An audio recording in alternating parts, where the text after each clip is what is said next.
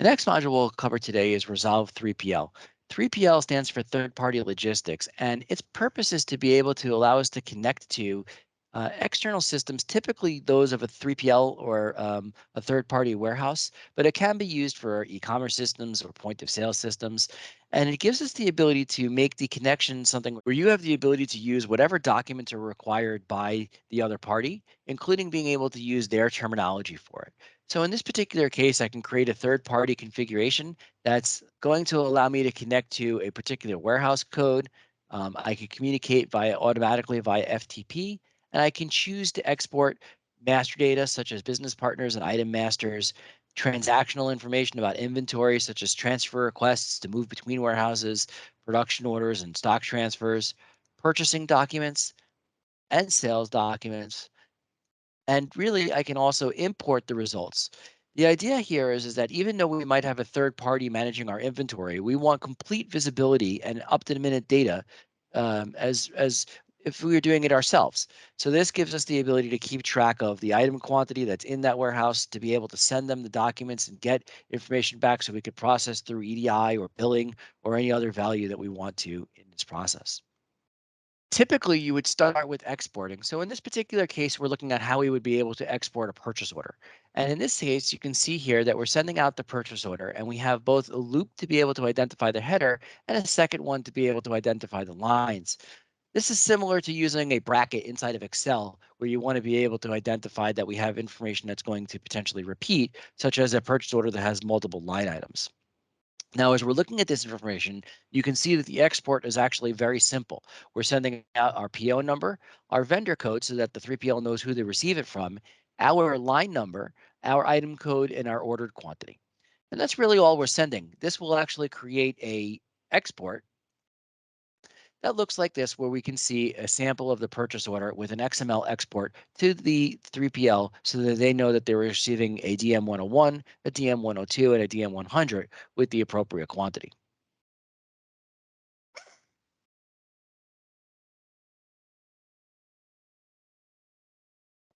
Then what we typically want to be able to do is to be able to import. So in this particular case, we've asked a third party to send us information about the purchase orders that they've received on our behalf.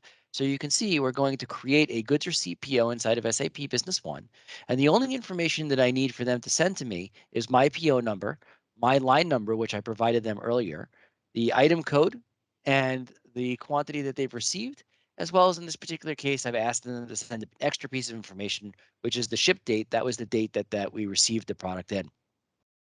What's nice about this is that as we process the import, you'll notice that we did not have to share with a third party any information such as price or any other user defined fields that you might have on your purchase order document, as this will automatically come across through the base document target document relationship inside of SAP Business One. So when this goods receipt PO is created, it will automatically be linked against the purchase order. We'll have the relationship map, and all of the information that you had on the purchase order will copy over into the goods receipt PO, even though the third party only had to supply 5 individual fields. Now, as we're looking at this, you'll also notice that we have the ability to come in here and choose the different fields from SAP Business One. So we've pre-built all of the links between the header for user-defined fields, the lines. We can also capture information about packaging and serial and batch numbers, or even bin codes if you need the information. So this is going to be very useful, as you don't need to know the details about SAP Business One to be able to map it. But also, you'll notice that we have the ability to just come in here and use an XML tag that represents any value that the third party is sending. So if their system calls something a PO number and we call it a purchase order number or a goods receipt PO number or anything else along those lines, we have the ability to come in here and have a mapping. So they call it line number or item number, and we call it item code or baseline. Finally, if there was a situation where we needed to manipulate something, so perhaps they were sending in a date and we needed to be able to change the date to a different value, you have the ability to create a formula or a function here that can manipulate the data or add additional information, such as a prefix or something else along those lines, to a field, and have that be automated. Now, what's nice about 3PL is that 3PL has the ability to work with a service scheduler. This will give us the ability to create the rules as to how frequently we want to be able to import or export. And this could be done on a minute by minute basis or more frequently, as well as which imports and exports we want to automate. This allows the exchange of information to be automated. So if a purchase order is entered, it can automatically be sent out to the 3PL to make it so that they can receive. And we can actually have the goods receipt PO come in on an automatic basis as well. But if you don't want it to be automated, or if you have a need to send something manually, you will have the ability to come in here and in the 3PL management, be able to do a manual import or export.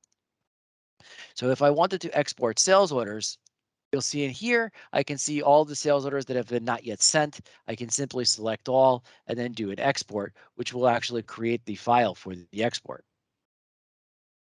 Similarly, if I want to be able to do an import, I can actually come in here and do an import. And so if they've now shipped that product, I can come in here and see a list of all of the deliveries that were done.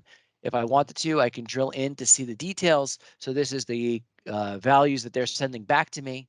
And again, I have the ability to simply do select all and import, and this will actually create the delivery inside of SAP Business One. If there is a failure, so in this particular case, we could not find anything to import for this file, what will wind up happening is that you will get a notification, and inside of SAP Business One, you'll get a value as to why the import failed, and it will move into the errors. So if we do look at the message history, you can see I did get the 3PL notification, and it will actually tell me here that there was an error with this particular file, and it mapped into the error folder. Now, this gives me the ability to control who's going to get notified and when so that we can actually correct the issue and re-import it, or be able to just make sure that we don't have any kind of issues.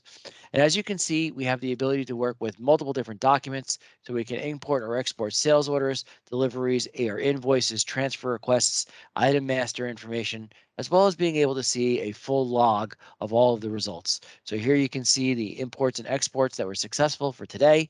And we can go back in time and look at any other value that we wanted to be able to look at.